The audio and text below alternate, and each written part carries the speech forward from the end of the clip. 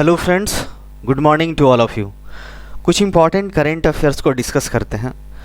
रतन टाटा जी को doctor of literature on industrialist and philanthropist से सम्मानित किया गया है। महाराष्ट्र की एक यूनिवर्सिटी है जिसका नाम है HSNC यूनिवर्सिटी। उसी यूनिवर्सिटी के द्वारा इनको रतन टाटा जी को सम्मानित किया गया है। इस अवार्ड को प्रेजेंट किसके द्वारा किया गया? महाराष्ट्र के जो गवर्नर भगत सिंह कोश्यारी हैं उन्हीं के द्वारा इस ऑनर को यहाँ पे प्रेजेंट किया गया। तो रतन टाटा जी को ये अवार्ड दिया गया है। खास करके इनको अवार्ड इसलिए दिया गया है क्योंकि ये सोसाइटी के लिए, हमारे समाज के लिए बहुत ही शानदार इनका कंट्रीब्यूशन हमेशा रहता है। बहुत सारा चैरिटी का काम करते हैं। तो इसी को लेकर के HSNC यूनिवर्सिटी के द्वारा रतन टाटा जी को ये अवार्ड दिया गया है। अगर बात करें, रतन टाटा जी टाटा ग्रुप के चेयरमैन रह चुके थे। कब? 1990 से लेकर के 2012 तक ये चेयरमैन रह चुके थे। और इंटरिम चेयरमैन की बात करें तो अक्टूबर 2016 से लेकर के फरवरी 2017 तक ये रहे थे। तो ये काफ़ी इंपॉर्टेंट न्यूज़ होगा कि रतन टाटा जी को HSNC, ये यूनिवर्सिटी भी काफ़ी इंपॉर्टेंट, HSNC यूनिवर्सिटी द्वारा doctor of literature on industrial and philanthropist से सम्मानित किया गया है। नेक्स्ट हमारे यूनियन मिनिस्टर या फिर फिनांस मिनिस्टर हमारे जो सीतारामन है, निर्मला सीतारामन जी, उनके द्वारा एक म्यूजियम का शुभारंभ किया गया है, national museum of custom and GST। ये गोवा में इसकी शुरुआत करी गई है। इस म्यूजियम का नाम क्या है? धरोहर। इस म्यूजियम का नाम धरोहर रखा गया है। खास करके ये एक ऐसा म्यूजियम है जिसमें जो भी इंडियन कस्टम के द्वारा बहुत सारी चीज़ें, आर्टिफैक्ट्स जो भी सीज की गई हैं, जो भी बहुत पुराने ज़माने की या फिर जो कलाकृति वगैरह हैं, जो काफ़ी इंपॉर्टेंट चीज़ें हैं, उसको जो जब्त करी गई है वहाँ पे उसको एक तरह से शोकेस के तौर पे यहाँ पे रखा गया है। इसके अलावा और भी जो हमारी जो आम जनता है उन लोगों के लिए एक बेसिक जानकारी भी प्रोवाइड करेगा कि कस्टम प्रोसीजर क्या होता है, बेसिक कस्टम प्रोसीजर्स क्या होते हैं। इन सारी चीज़ों को लेकर के हमारी जो आम जनता है, कोई भी वहाँ पे विजिट करने जाएगा तो उनको इस तरह की ज्ञान वहाँ पे एक तरह से मिलेगा। तो यही एक इम्पॉर्टेंट न्यूज़ है कि national museum of custom and GST का शुभारंभ हमारी फिनांस मिनिस्टर निर्मला सीतारमन जी के द्वारा गोवा में किया गया है। इसके साथ साथ और बात करें तो यहाँ पे हमारे निर्मला सीतारमन जी के द्वारा और भी कुछ लॉन्च किया गया, जैसे सेट ऑफ बोर्ड गेम्स, वहीं पे 3D puzzles and comic books का भी यहाँ पे इनके द्वारा लॉन्च किया गया है। तो इस म्यूजियम का नाम याद रखना क्या है? धरोहर। और कहाँ पे इसको खोला गया है? गोवा में। नेक्स्ट हमारा ICICI जो बैंक है, जेस्ट मनी के साथ पार्टनरशिप किया है ताकि वो अपना कार्डलेस EMI जो फैसिलिटी है उसको एक्सपेंड कर सके। तो एक किया है कि ICICI बैंक जेस्ट मनी के साथ, ताकि जो भी रिटेल और ई-कॉमर्स प्लेटफॉर्म पे दोनों पे यहाँ पे एक तरह से अवेलेबल होगा। इससे क्या होगा, बहुत सारे जो कस्टमर्स होते हैं अपना जो कोई भी परचेजिंग करते हैं तो उसको क्या एक EMI में कन्वर्ट कर सकते हैं और कार्डलेस EMI में। तो इसी की फैसिलिटी को लेकर के यहाँ पे ICICI बैंक ने जेस्ट मनी के साथ एक तरह से टाई अप किया हुआ है। यहाँ पे बताया जा रहा है कि जो कस्टमर्स हैं लगभग ट्रांजैक्शंस लगभग 10 लाख तक ये कन्वर्ट कर सकते हैं, किसमें EMI के तौर पे उसमें कन्वर्ट कर सकते हैं कि आराम जो भी एक सर्टेन पीरियड टाइम है उतना दे सकते हैं। तो यही इसी सारी फैसिलिटी को लेकर के यहाँ पे ICICI बैंक ने जेस्ट मनी के साथ एक पार्टनरशिप किया है कार्डलेस EMI को लेकर के। नेक्स्ट हमारा इंडियन एक डिप्लोमेट है जिनका नाम क्या है? अमनदीप सिंह गिल। इनको UN चीफ का एक एनवॉय, डेट मीन्स दूत टेक्नोलॉजी के लिए यहाँ पे अपॉइंट किया गया है। तो UN सेक्रेटरी जो सेक्रेटरी जनरल कौन है? एंटोनियो गुटरेस है। उन्हीं के द्वारा हमारे जो एक सीनियर डिप्लोमेट है इंडिया के हैं अमनदीप सिंह गिल, उनको वहाँ पे टेक्नोलॉजी पर्पस के लिए UN चीफ का एक तरह से दूत नियुक्त कर लिया गया है।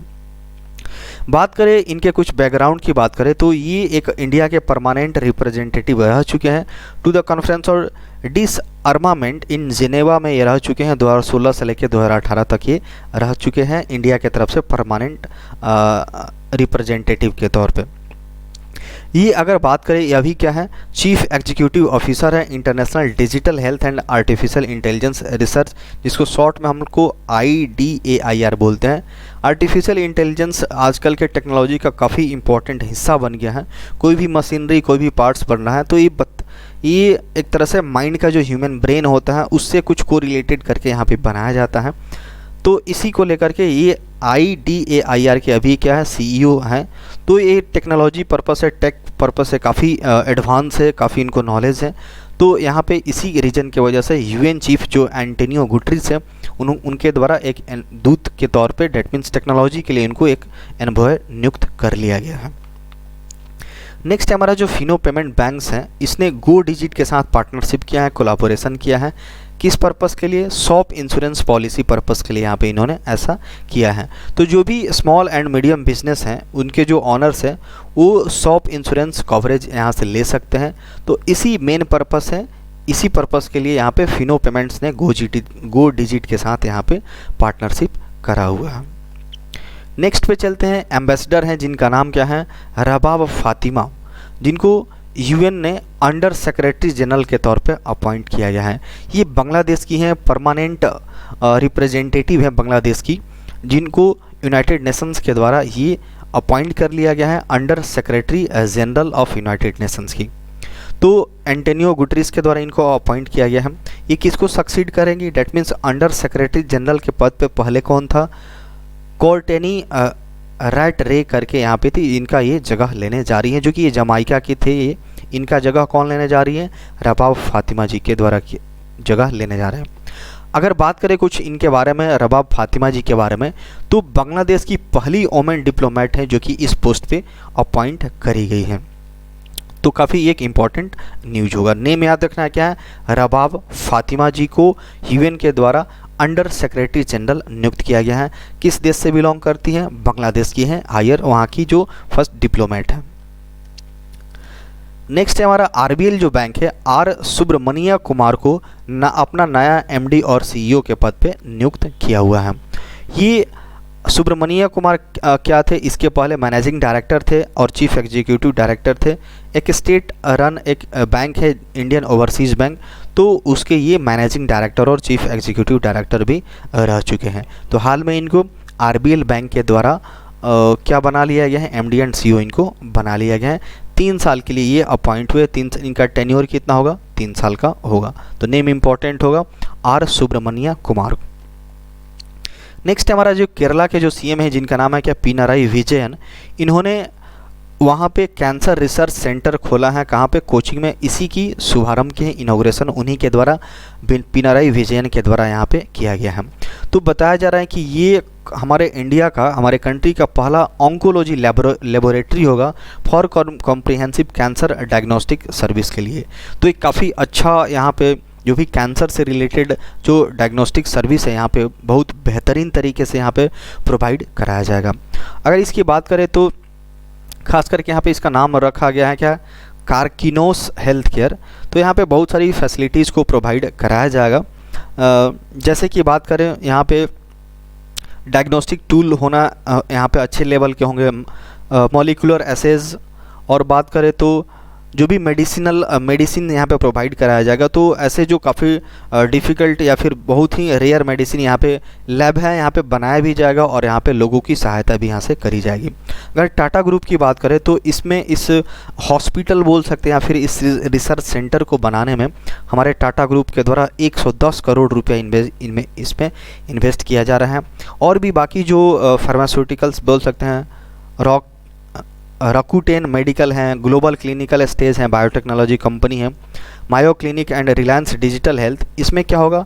इनका भी इसमें अच्छा खासा स्टेक इसमें रहने जा रहा है। तो इम्पॉर्टेंट न्यूज यही है कि केरला के कोची में यहाँ पे एक कैंसर रिसर्च सेंटर एस्टेब्लिश होने जा रहा है, जिसका अभी हाल ही में इसका शुभारंभ किसके द्वारा किया गया है? वहाँ के जो चीफ मिनिस्टर पिनाराई विजयन के द्वारा किया गया है। नेक्स्ट हमारा इंडिया के द्वारा एक पहला कोविड-19 वैक्सीन जानवरों के लिए, एनिमल्स के लिए पहला कोविड-19 वैक्सीन को लॉन्च किया गया है। हमारे जो एग्रीकल्चर मिनिस्टर नरेंद्र सिंह तोमर जी हैं उन्हीं के द्वारा लॉन्च किया गया है। इसका नाम क्या है? एनोकोवैक्स इसका नाम रखा गया है और इंडिया का पहला होम ग्रोन कोविड-19 वैक्सीन है जो कि एनिमल के लिए होगा। किसके द्वारा प्रोड्यूस किया गया? ICR जो नेशनल रिसर्च सेंटर ऑन इक्विनीज है जो कि हरियाणा में है, उसके द्वारा इसको प्रोड्यूस करा गया है। इसमें बताया जा रहा है कि SARS-CoV-2 डेल्टा का एंटीजन इसमें इंक्लूड है, शामिल है। बात करें तो ये किसके लिए सेफ़ होगा? डॉग्स के लिए, लायंस के लिए, लियोपार्ड, माइस और बनीज, एक तरह से खरगोश का एक प्रजाति होता है, इसको बनीज बोलते हैं। तो इन चीज़ों के लिए, इन जानवरों पे ये काफ़ी एक तरह से सेफ़ होगा। नेक्स्ट की बात करें यहाँ पे, एथर एक इलेक्ट्रिक व्हीकल कंपनी है। एथर एनर्जी ने किसके साथ पार्टनरशिप किया है? एसबीआई के साथ पार्टनरशिप किया है for vehicle financing. Vehicle financing के लिए यहाँ पे एथर एनर्जी कंपनी ने यहाँ पे एसबीआई के साथ पार्टनरशिप किया है। जो भी अगर कोई भी कस्टमर अगर एथर की जो भी इलेक्ट्रिक व्हीकल्स खरीदता है तो उसको क्या एसबीआई से कुछ सपोर्ट मिल सकता है? एक व्हीकल लोन के तौर पे यहाँ पे एसबीआई के द्वारा प्रोवाइड कराया जाएगा। लो interest rate starting 9.55% per annum से यहाँ पे शुरुआत करी जाएगी। कस्टमर के क्रेडिट प्रोफाइल को देख करके यहाँ पे किया जाएगा। तो एथर एनर्जी जो भी खरीदेंगे तो उनको एक एसबीआई से की तरफ से सपोर्ट मिल सकता है। तो यही है, इसी पर्पस से यहाँ पे एथर एनर्जी ने एसबीआई के साथ एक तरह से टाई अप किया है, पार्टनरशिप किया हुआ है। नेक्स्ट हमारा 12th WTO world trade organisation का एक मिनिस्टेरियल कॉन्फ्रेंस हुआ है जो कि जेनेवा में, जो कि स्विट्ज़रलैंड में आता है। तो ये 12वां WTO का मिनिस्ट्रियल कॉन्फ्रेंस हुआ है। इसमें ये 4 दिन का हुआ है, 4 दिन का मीटिंग हुआ है। इसमें बहुत सारे टॉपिक्स को लेकर के बातचीत हुई है, वार्तालाप हुआ है। जैसे कोविड-19 को लेकर के वेवर होना चाहिए, कुछ छूट उसमें होनी चाहिए। पैंडेमिक का क्या रिस्पॉन्स रहा, फिशरीज़ को लेकर के सब्सिडीज, एग्रीकल्चर, फूड सिक्योरिटी, इन सारी चीज़ों को लेकर के इस मीटिंग में, इस कॉन्फ्रेंस में बातचीत हुई है इस टॉपिक पे। अभी डायरेक्टर जनरल WTO के कौन है? Ngozi Okonjo. ये काफ़ी डिफ़िकल्ट है प्रोनाउंसिएशन करने में। तो WTO की ये क्या है, डायरेक्टर जनरल है यहीं। तो इन्हीं के द्वारा इस सेरेमनी को, इस कॉन्फ्रेंस को एड्रेस किया गया, संबोधित किया गया है। और कब ये किया गया था? 12 जून को यहाँ पे किया गया था। बात करें WTO में कितने टोटल मेंबर्स हैं? 164 मेंबर आते हैं WTO में। और इसमें बहुत सारे जो सीनियर ऑफिशियल्स थे, ट्रेड मिनिस्टर थे, सब लोग इसमें यहाँ पे शामिल हुए थे। बात किया जाए तो ये जो अभी जो कॉन्फ्रेंस हुआ 12वां जो WTO, ये 2020 में ही होने वाला था, जून 2020 में ही होने वाला था कजाकिस्तान में। लेकिन पेंडेमिक की वजह से ये क्या हो गया था? पोस्टपोन कर दिया गया था। तो बस ये इंपॉर्टेंट न्यूज़ है WTO का। अभी हाल ही में जेनेवा में, जो कि स्विट्ज़रलैंड में आता है, 12वां मिनिस्ट्रियल कॉन्फ्रेंस ओपन किया गया है। और डायरेक्टर जनरल कौन है WTO की? नगोची ओकोंजो, यहाँ भी वहाँ की डायरेक्टर जनरल है WTO की। नेक्स्ट बात करें तो बांग्लादेश और इंडिया के बीच जो बस सर्विस पेंडेमिक की वजह से, कोविड-19 की वजह से पूरी तरह से ठप पड़ गया था, पूरी तरह से क्लोज हो गया था। अब इसको क्या कर दिया गया है? रिज्यूम कर दिया गया है, फिर से ओपन कर दिया गया है। 2 साल के बाद इसको ओपन किया गया है। तो सस्पेंड कर दिया गया था कोविड-19 पेंडेमिक की वजह से। अब इसको पूरी तरह से खोल दिया गया है। अखौरा और अगरतला जो त्रिपुरा की राजधानी है, उसके होते हुए जो बॉर्डर से, जो सीमावर्ती जो क्षेत्र होता है, यहाँ से इसको ओपन कर दिया गया है। तो बात करें तो बांग्लादेश की जो राजधानी कहाँ है? ढाका है। प्राइम मिनिस्टर वहाँ की बांग्लादेश की शेख हसीना है। तो बांग्लादेश इंडिया के बीच जो बस सर्विस है उसको रिज्यूम कर दिया गया है 2 साल के बाद। एक भी काफ़ी इंपॉर्टेंट न्यूज होगा, PM हमारे मोदी जी हैं, उनके द्वारा क्या किया गया है? इन स्पेस लॉन्च किया गया है। और उसका हेडक्वार्टर कहाँ रखा गया है? अहमदाबाद में रखा गया है यहाँ पे। तो हाल ही में हमारे प्राइम मिनिस्टर के द्वारा इसका शुभारंभ किया गया था। एक ऐसा, एक तरह से बोल सकते हैं, एक ऑटोनोमस और सिंगल विंडो एक नोडल एजेंसी होगा एक इन स्पेस, जो कि हमारा जो स्पेस रिलेटेड एक्टिविटीज़ हैं या फिर इसको लेकर के प्रमोट करेगा, इनकरेजमेंट करेगा। तो ये जो भी साइंटिफिक एक तरह से कम्युनिटी है उसको लेकर के काफ़ी यहाँ पे इम्प्रूवमेंट होगा। इसमें खास करके जो भी प्राइवेट एंटिटी हैं, गवर्नमेंट एंटिटी तो इसमें शामिल होगा ही, और इसके साथ साथ प्राइवेट एंटिटी भी इसमें शामिल होगा। जो भी इनको मौका मिलेगा, जो भी कोई भी प्राइवेट सेक्टर है, अगर वो स्पेस से रिलेटेड इस साइंटिफिक दृष्टिकोण से और बेहतर काम करते हैं तो इनके साथ टाई अप करके ये कर सकते हैं। तो इन स्पेस, जो कि कहाँ इसका हेडक्वार्टर होगा? भोपाल। ये भोपाल जो मध्य प्रदेश की राजधानी वो नहीं, BO है भोपाल, ये अहमदाबाद में आता है। नेक्स्ट की बात करें तो चाइना ने क्या किया है? वर्ल्ड का सबसे मोस्ट डिटेल्स मैप एक रिलीज किया गया है। अभी तक का बोला जाए तो हमारा जो मून है, जो चंद्रमा है, उसका फुल डिटेल्स, अभी तक हमारे पास बहुत सारे चंद्रमा के मैप अवेलेबल थे, लेकिन अभी तक चाइना ने अभी हाल ही में बहुत डिटेल्ड यहाँ पे मैप को रिलीज किया है। इसमें जो भी क्रेटर्स या स्ट्रक्चर हैं, जो चांद पे जितने सारे गड्ढा हैं या फिर जो भी वहाँ पे गड्ढे वगैरह हैं, चाहे भी रॉकी सरफेस हैं, तो उसको पूरा क्लियरली यहाँ पे विजिबल करके यहाँ पे एक मैप बना पूरा डिटेल्स के साथ इस पर बनाया गया है। इसके पहले बनाया था फुल डिटेल्स, अमेरिका के द्वारा इसको बनाया गया था, बट अभी बताया जा रहा है कि ये जो चाइना का जो मैप है वो और बेहतर है। तो ये काफ़ी एक इम्पॉर्टेंट न्यूज़ होगा।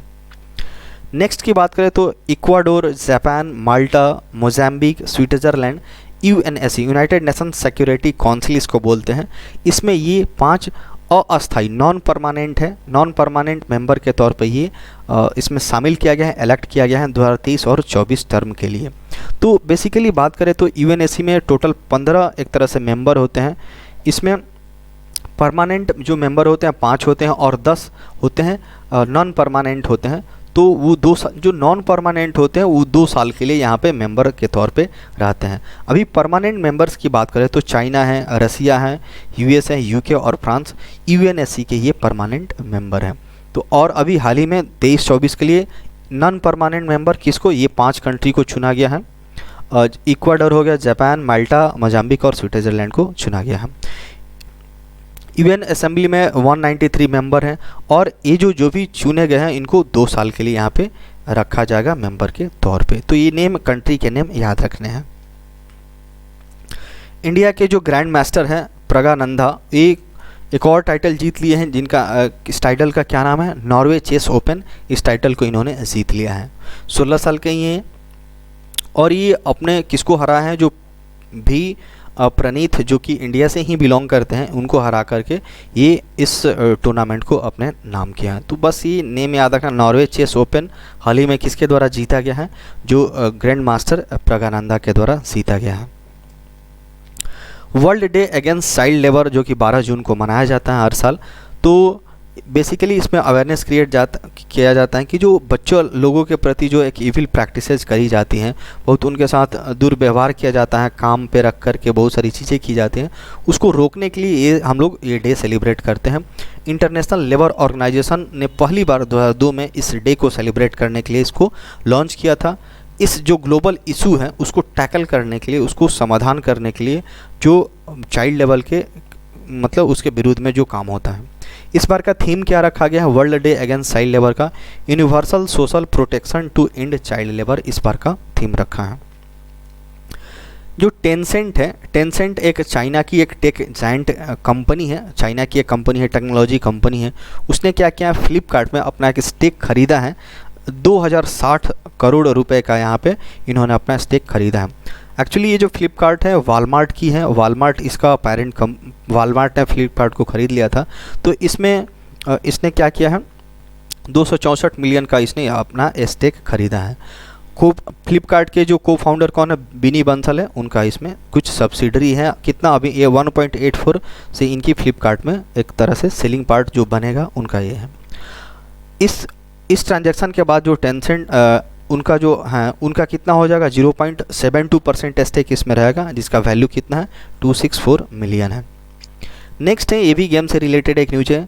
शॉर्ट पुटर एक गेम होता है, इसमें मनप्रीत कौर है, शॉर्ट पुट एक गेम होता है। तो उनकी प्लेयर कौन है, मनप्रीत कौर जी, उन्होंने एक नेशनल रिकॉर्ड को ब्रेक किया है। बात करें तो 18 मीटर का एक बैरियर था, एक 18 मीटर का ऑलरेडी ब्रेक था, रिकॉर्ड था, जिन्होंने अभी क्या 18.06 फेंक करके एक गोला को फेंका जाता है। तो इन्होंने अपना एक क्या किया है, एक रिकॉर्ड बनाया है, जो कि हाल ही में चेन्नई में हुआ था। तो एक इम्पॉर्टेंट यही न्यूज़ याद रखना है। नेक्स्ट है हमारा एक राहुल श्रीवास्तव है, जो कि क्या बन गए हैं, इंडिया के 74वें grand master, 74th grand master बन गए हैं। ये तेलंगाना से बिलोंग करते हैं और ये 19 years old rich the 2500 ELO live rating mark after drawing he 8th round. यहाँ पे बताया गया है कि कितने राउंड में इन्होंने जा करके ये किया है। तो और कुछ इंपॉर्टेंट, भारत सुब्रमण्यम जो कि 73rd ग्रैंड मास्टर थे और ये 74वें ग्रैंड मास्टर अभी बने हैं, जिनका नाम क्या है, राहुल श्रीवास्तव, तेलंगाना के हैं। और हमारे इंडिया के पहले ग्रैंड मास्टर कौन है, विश्वनाथन आनंद, जो कि 1988 में बने थे। That's all for today.